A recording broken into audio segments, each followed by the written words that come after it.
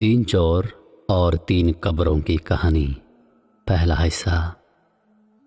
برصغیر پاک و ہند کے زمانے کی بات ہے۔ ایک گاؤں میں تین بھائی رہا کرتے تھے۔ وہ تینوں بھائی گاؤں کے زمیندار کی زمینوں پر محنت و مزدوری کیا کرتے۔ ایک کا نام اسلم، دینو اور بدری تھا۔ تینوں بھائیوں میں بے حد پیار اور محبت تھی۔ وہ مل کر سارا دن زمینوں میں مصروف رہتے۔ سارا گاؤں ان کی محنت اور ایمانداری کا قائل تھا، اور ان کا جب بھی ذکر آتا لوگ انہیں تین بھائیوں کے نام سے یاد کیا کرتے۔ مگر در حقیقت وہ تینوں بھائی کیا تھے؟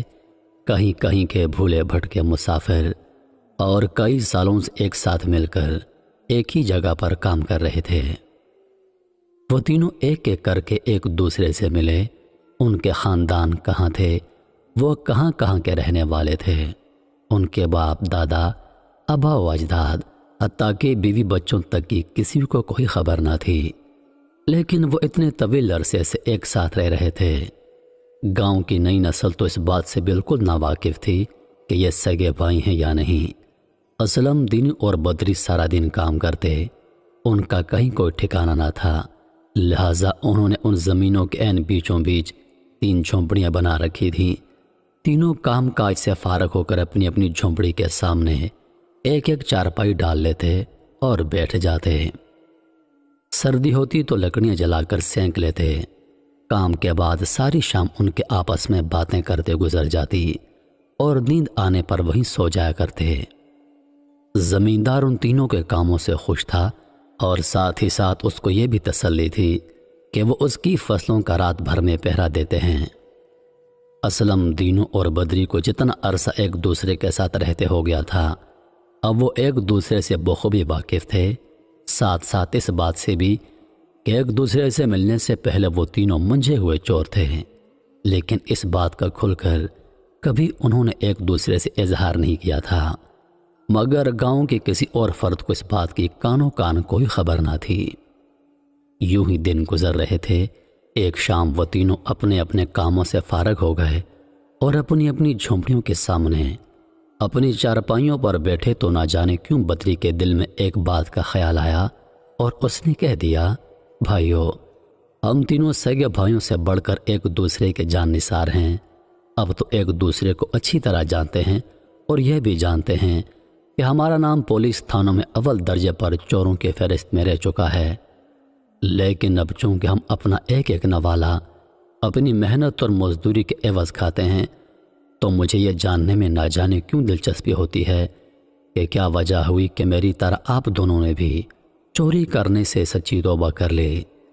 یہ سن کر اسلم، جو کہ عمر میں ان تینوں سے بڑا تھا، یہ سن کر مسکرا دیا اور کہنے لگا، کیوں میاں گڑے مردے کیوں اکھاڑ رہے ہو؟ بس ماضی کو یاد نہ ہی دلاؤ تو اچھا ہے۔ لیکن دینو نے بھی بدری کی بات میں ہاں ملا دی اور کہنے لگا، نہیں اسلم بھیا، آج یہ راز ایک دوسرے کو بتا دیتے ہیں۔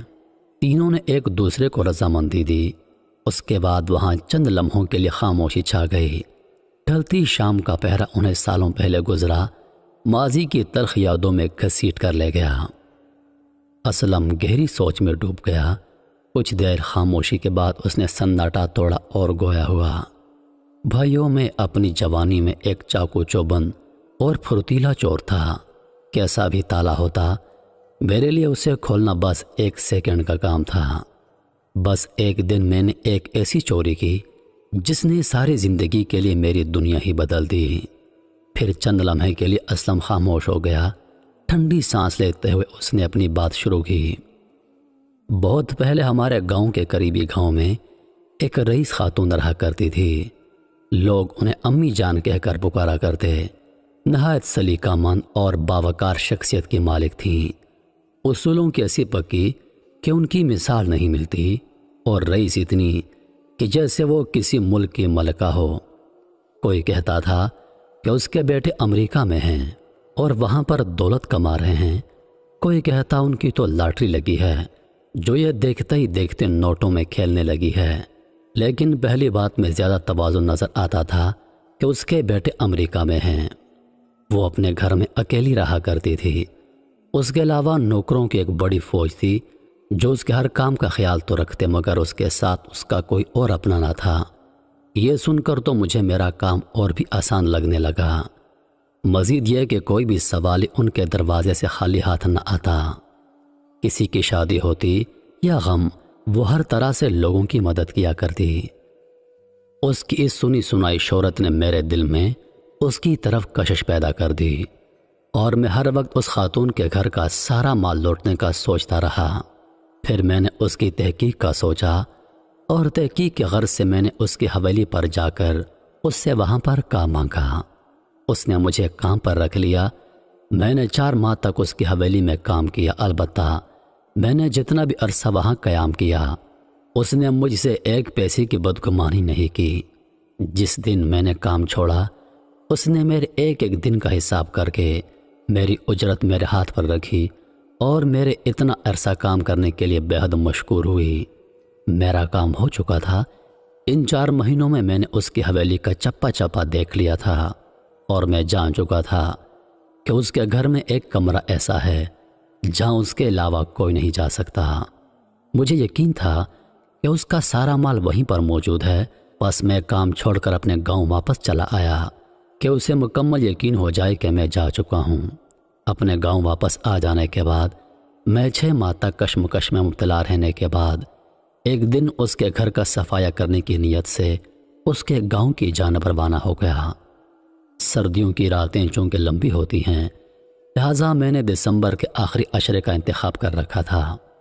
میں اس کے گاؤں پہنچ گیا۔ اس کی حویلی کی پچھلی طرف پہنچ کر میں نے کھدائی اور توڑ پھوڑ کا اپنا سارا سامان ایک جگہ حفاظت سے چھپا دیا، اور رات ہونے کا انتظار کرنے لگا۔ رات گہری ہوتی جا رہی تھی اور سردی بڑھ رہی تھی۔ آخر رات کا آخری پہر شروع ہوا، جب درختوں پر بیٹھے الو بھی بول بول کر خاموش ہو گئے۔ میں دھیمے قدموں سے چلتا ہوا اس کی حویلی کے پچھلے راستے سے اس کوٹنی نما کمرے کی جانب بڑھا۔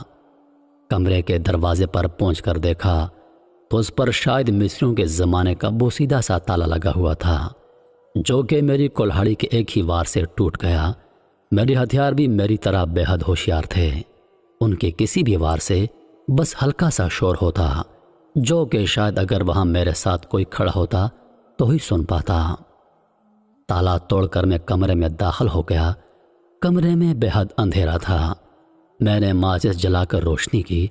اندھیرا اتنا گہرا تھا کہ ماچس کی ایک تیلی سے بس اتنا روشن ہو سکا کہ مجھے موجود سامنے طاق میں پڑا ہوا دیا نظر آیا، اور میں نے جلدی سے آگے بڑھ کر اسے جلا لیا۔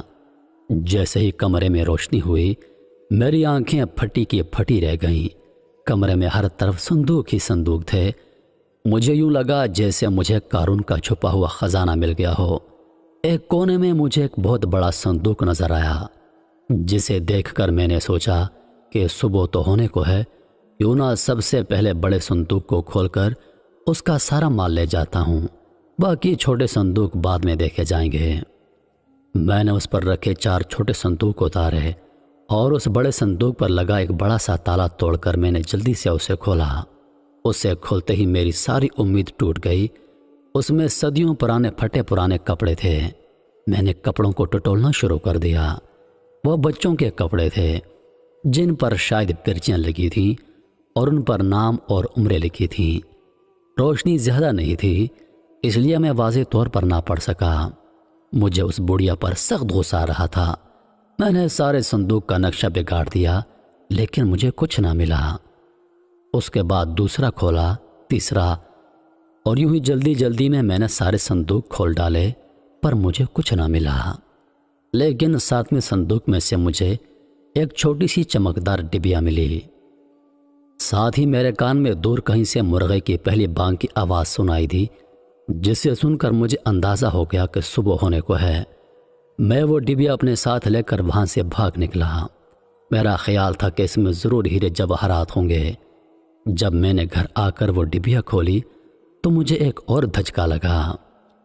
اس میں بے شمار سوئیاں تھیں، کمبل سینے سے لے کر رفو کرنے تک ہر سائز اور ہر کام کی سوئی تھی۔ ساتھ ہی ساتھ ایک پرچی پر لکھا تھا۔ میں نے اسے کھول کر پڑھا تو اس پر لکھا تھا، یہ سوئیاں میری کامیابی کا زینہ ہیں، ان کے سہارے میں نے اس دنیا کی دولت کمائی اور جو کچھ کمایا اس سے اب آخرت کما رہی ہوں۔ میری اولاد بچپن کی یادوں کے ساتھ مجھے چھوڑ کر دولت کمانے نکل گئی اور پلٹ کر کبھی نہیں دیکھا۔ میں ان کپڑوں کے سہارے جن میں سے مجھے ان کی خوشبو آتی ہے زندگی بسر کر رہی ہوں، اور میں نے کپڑے سلائی کر کے ہی یہ دولت کمائی ہے۔ شاید اسے اپنی یادیں محفوظ رکھنے کا شوق تھا، اس لیے اس نے یہ سب لکھ کر اسے ڈبیا میں ان سوئیوں کے ساتھ رکھا تھا۔ لیکن اس کے بعد میرا دل ہی بدل گیا، مجھے خود سے شرم آنے لگی اور میں یہ چوری کی دنیا چھوڑ کر محنت مزدوری کرنے کے لیے نکل آیا اور یہاں تم سب سے آ کر مل گیا۔